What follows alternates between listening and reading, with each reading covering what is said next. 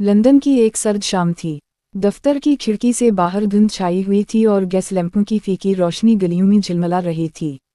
Jonathan हारकर अपनी मेज पर बैठा कागजात को मुनज़्ज़म कर रहा था जब दरवाजे पर एक धीमी सी दस्तक हुई। एक बूढ़ा डाकिया अंदर दाखिल हुआ। इसके हाथ में एक अजीब सा खत था। लिफाफा मोटे पैराचमेंट कागज का बना था जिस पर एक अजीब मेहर लगी हुई थी। मेहर में ड्रैगन और भेड़िए का डिज़ाइन था और उसे गहरी सुर्ख मोम से लगाया गया था। मिस्टर हारकर, ये आपके लिए है। ट्रांसिल्वानी से आया है, डाकिया ने कांपती हुई आवाज़ में कहा। जोनाथन ने खत को एहतियात से खोला। हुरूफ कदीम और घुमावदार थे, सियाही गहरी सुर्ख थी जैसे खून में भिगोकर लिखी गई हो। खत पढ़ते हुए इसके हाथ कांप रहे थे। काउंट ड्रैकुला ने उसे ट्रांसिल्वानी अपने किले पर बुलाया था ताकि इंग्लैंड में जायदाद के मामला तय किए जा सकें। फौरन ही जोनाथन ने अपने मालिक मिस्टर हावकन्स से मुलाकात की। हावकन्स का दफ्तर बड़ा और पुराना था। दीवारों पर लटके कदीम नक्शा दुनिया के उन हिस्सों को दिखा रहे थे जो अभी तक दरियाफ्त नहीं हुए थे। ट्रांसिल्वानी, हावकन्स ने अपना ऐनक उतारते हुए कहा। वो तो कारपैथिन पहाड़ों में है। लोग कहते हैं वहाँ पुरानी चीज़ें हैं, पुरानी ताकतें, मगर ये एक अजीम मौका है तुम्हारे लिए। काउंट ड्रैकुला बहुत अमीर आदमी है। शाम को जोनाथन अपनी मंगेतर मीना से मिलने गया। वो इसके घर के बाग में बैठी थी। इसके सुनहरी बाल सूरज की आखिरी किरणों में चमक रहे थे। जब उसने मीना को सफ़र के बारे में बताया तो इसकी आंखों में आंसू आ गए। तुम्हें जाना होगा, मीना ने परेशान होकर पूछा। इसकी आवाज़ में डर था। मुझे बुरा महसूस हो रहा है। ऐसा लगता है जैसे तुम हमेशा के लिए चले जाओगे। जोनाथन ने उसे तसल्ली देते हुए कहा, सिर्फ चंद हफ्ते के लिए। फिर मैं वापस आऊँगा और हम शादी कर लेंगे। सफ़र का आगाज़ ट्रेन से हुआ। लंदन से बुदापेस्ट तक का सफ़र तवील और थका देने वाला था।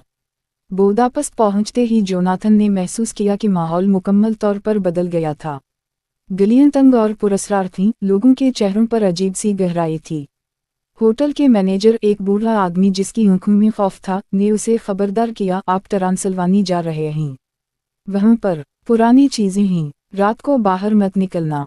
अगले दिन एक पुरस्कार कोचुअन आया जिसका चेहरा कपड़े से ढका हुआ था। वो एक पुरानी बगी लेकर आया था जिसके घोड़ों की आंखें गैर मामूली तौर पर सुर्ख थीं। कोचुअन ने बगैर कोई तारुफ कराए सिर्फ इतना कहा, बैठ जाओ। जब वो कारपैथिन पहाड़ों में दाखिल हुए तो हवा में एक अजीब सी ठंडक आ गई। दरख्त अजीब शक्लों में मुड़े हुए थे, जैसे कोई इन्हें दर्द में तड़प रहा हो। रास्ता तंग और ख़तरनाक था। एक तरफ गहरी खाई थी।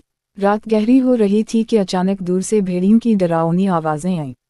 बगी के घोड़े बदक गए और कोचुअन को मुश्किल से काबू करना पड़ा।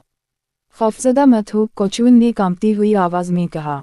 वो हमें देख रहे हैं मगर वो करीब नहीं आएंगे। कोई इन्हें रोक रहा है।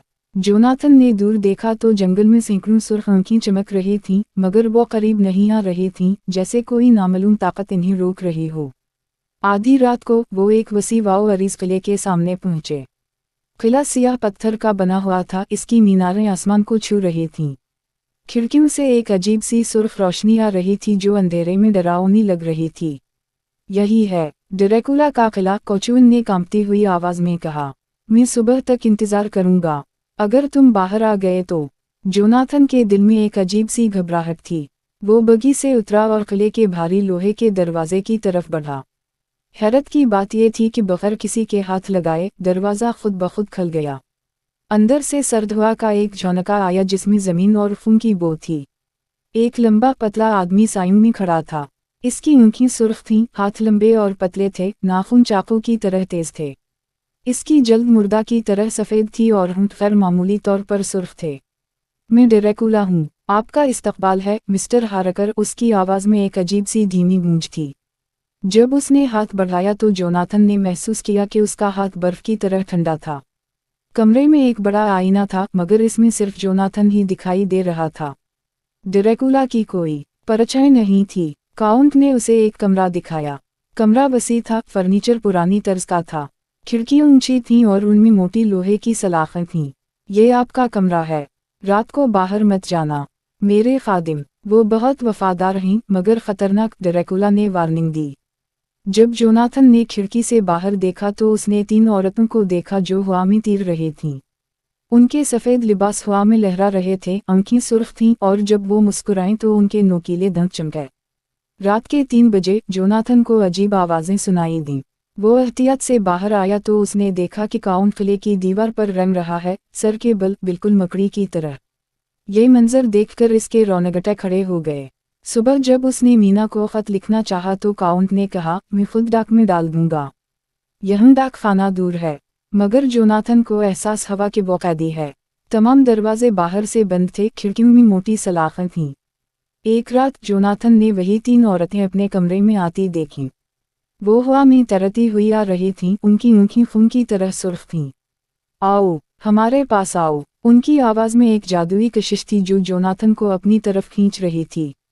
अचानक दरवाज़ा जोर से खिला। काउंट वहाँ खड़ा था, इसकी आँखें आग की तरह जल रही थीं। ये मेरा मेहमान है, चली जाओ। औरतें गुस्से में चीखते हुए गायब हो गईं।